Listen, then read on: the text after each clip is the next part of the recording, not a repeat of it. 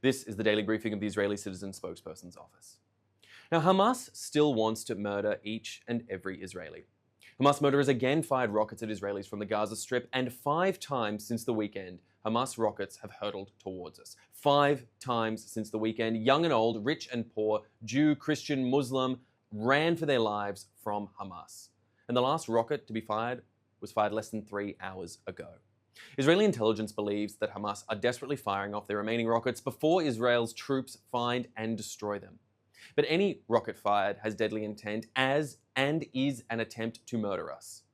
Hamas is weak now, but there should be no doubt that if left alone, Hamas will again strengthen, and if left alone, Hamas will again massacre any and all Israelis. The war that Hamas launched on October 7th, 2023 cannot end with Hamas able to commit another barbaric atrocity or several as they would intend. It is only Israel's troops that stand between Hamas and their truly genocidal goals. And Israel's troops have been busy stopping Hamas. Hamas has been trying to regroup in northern Gaza, and Israel has been stopping them. In a major battle, over 100 Hamas murderers were eliminated and hundreds were captured. And earlier this week, Israel's forces raided a Hamas military hospital and caught 240 Hamas murderers using it as a base. The next day, hundreds of Hamas terrorists tried using the cover of a rainy night to attack Israel's forces and to infiltrate into other parts of Gaza. Groups of 10, 15, and even 30 Hamas soldiers approached Israel's forces. And there were at least 5 different attacks in 5 different areas. Israel has good intelligence, and instead of being surprised, they did the surprising. Northern Gaza remains a war zone, and nearly all civilians are gone from the area, with only hundreds of Hamas soldiers still remaining. And that is why Israel is still fighting there and may be forced to continue to do so for some time to come. There is no doubt that Hamas is down, but they are not out. And the whole world needs to understand that Hamas is the reason the war continues. Hamas began the war. Hamas doesn't want to end the war, and it is Israel who wants peace. But there is no peace while Hamas still holds power. Hamas exists for the purpose of perpetuating war, and for the sake of peace, Hamas cannot be left in power. All right, let's take some questions from our audience watching live via social media. Our first question comes in from Katie. Is there any update about a deal to release the hostages? Well, Katie, thank you so much for the question. From what we understand so far, Hamas is refusing to release 12 out of the 34 hostages in the proposed deal's first phase, instead offering the remains of 12 dead hostages, per reports coming from Gaza itself. Hamas is also demanding Israel release many more murderers as a ransom. And as we mentioned yesterday, Hamas has refused to even provide a list of living hostages unless Israel first pledges to stop fighting Hamas, thus putting preconditions in the way of any fair negotiation. So far, Hamas has rejected every offer.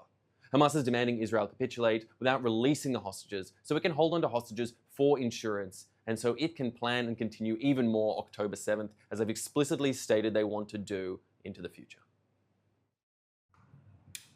Our next question comes in from Tal. There are reports of Gazan children forced to stay in tents during the cold and rain, even some who are dying from hypothermia.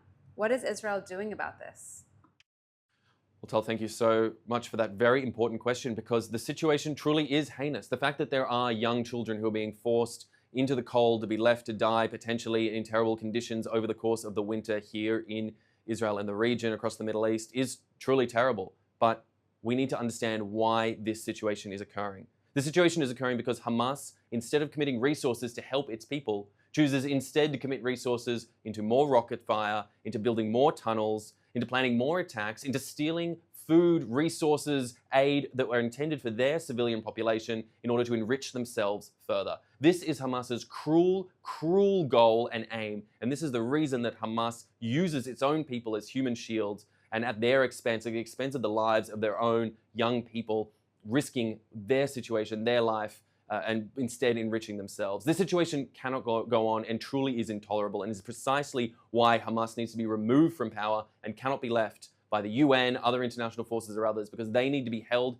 accountable for the horrors and atrocities that they have perpetuated, certainly against Israel's people, but also against their own people inside Gaza. Our last question from today comes from Benny. The war has been going on now for more than an entire year. On New Year's Eve, what can we hope for 2025?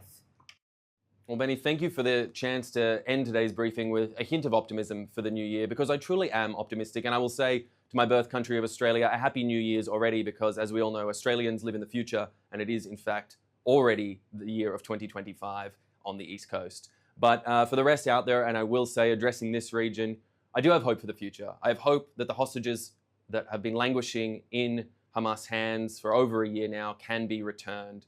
I have hope that the wars that are being fought across the Middle East can end. I have hope that the new regime in Syria can help establish a secure and neutral country that can form peaceful ties with Israel. And I hope that that can be extended beyond all the other 7 fronts that Israel is fighting. I hope that the Iranian regime may finally face accountability for its actions, and that the Iranian people may receive a sense of freedom, independence, and integrity that they have so long sought for. I have so many hopes for 2025, and I truly am excited for what the year may bring, and the hope of peace, security, and safety for all. So to all those out there, I wish you a happy new year, and I hope that these messages do indeed come true. And I will just end lastly by saying thank you so much for watching. Today is the last day to make donations to our 2024 campaign. Many of you have already contributed to our end of year campaign, and we really, truly appreciate your partnership in our efforts to fight the information war. This daily briefing is just a small part of the content that we're producing and posting every single day across all of our social media platforms. And we have a matching donor, so any contribution that you make will in fact be doubled in its effectiveness and its reach. That is all we have time for today, but I want to thank you so much for tuning in. We'll be back tomorrow at 3 p.m. Israel time and 8 a.m. on the East Coast. I'm Asher Westropp-Evans. Thanks for watching.